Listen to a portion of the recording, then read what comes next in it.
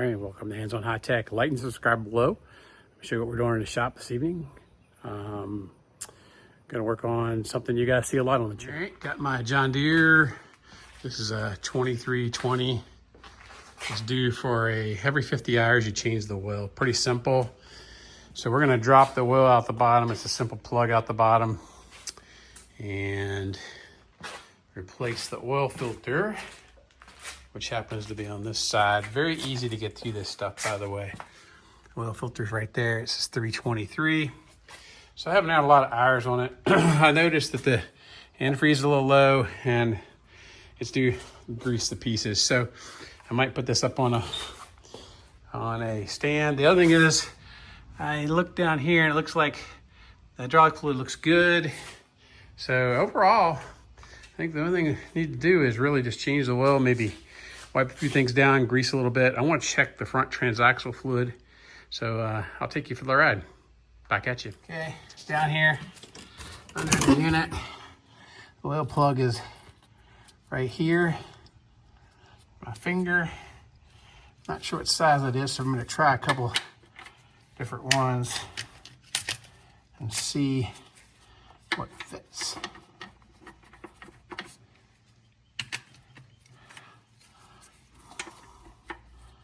That one fits.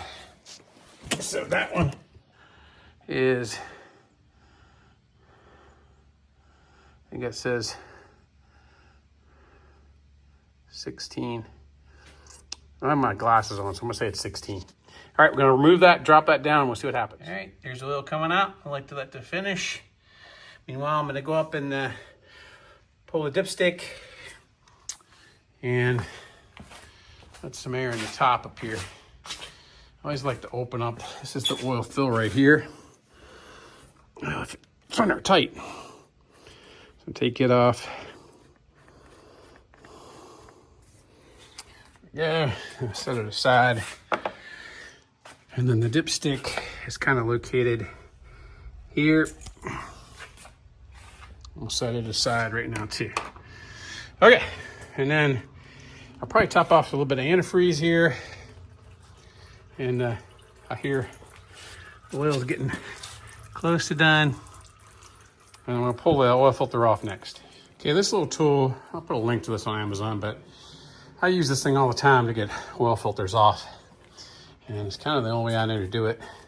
You turn this one way and it expands out like so. It's spring loaded, whoops. And then it's built for a socket that way. So I'm gonna put it on here and get that filter off down in there. Oil filter in. I always like to put the date on the oil filter. Got the final end to pour in the oil. This is the part number for the filter I used, John Deere. And I'm using this oil right here, again from the John Deere dealer. It's a 15W40. I'm sure you could probably pick it up anywhere. I just always like to use it. It doesn't seem like it's that much more expensive than anywhere else. So I took a little oil out, put it on the O-ring of the oil filter. That's why that's open. So we're gonna put in, it's basically 0.8 of this goes back in. So we're gonna give it 0.7 or so, check it, and then add a little bit more. All right, put the cap back on. It's about halfway up the oil stick, but I know it still needs to fill out an oil filter. So what I like to do next, I'm gonna turn my shop air filter on here. Turn it on about 10 or 15 minutes. I'm gonna start this engine and let it run for a little bit. Oil plug go out. Put it out in neutral.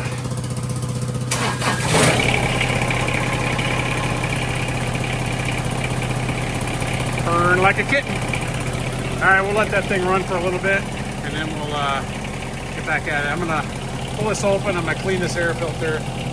Always like to double check all the drain, make sure there's no water at the bottom of the fuel, things like that. Okay, that's it. It's all done. Fresh oil change. I checked the lube in that paste. It's actually perfect. Greased all the joints with my grease gun, and it's ready for another 50 hours.